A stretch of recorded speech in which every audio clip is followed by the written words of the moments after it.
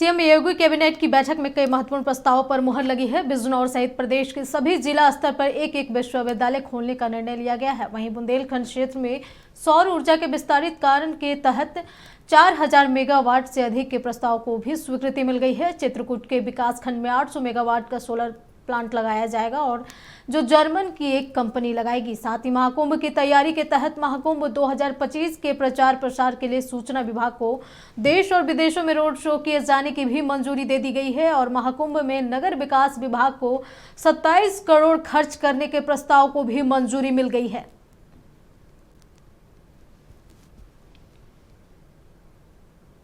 कि 71 राजकीय महाविद्यालय जो संचालित हैं, वो जो महाविद्यालय है उनको अब राजकीय महाविद्यालय के रूप में संचालित किया जाएगा, यानी सरकार करेगी।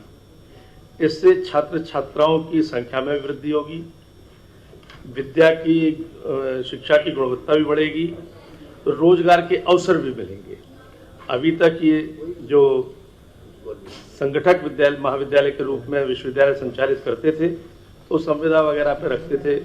अब 71 तो सीधे सीधे प्राचार्य के पद और लगभग 1136 सहायक आचार्य के पद और लगभग 639 क्लास 3 और 710 क्लास 4 ये पद सृजित होंगे और रोजगार के अवसर इन लोगों को मिलेंगे।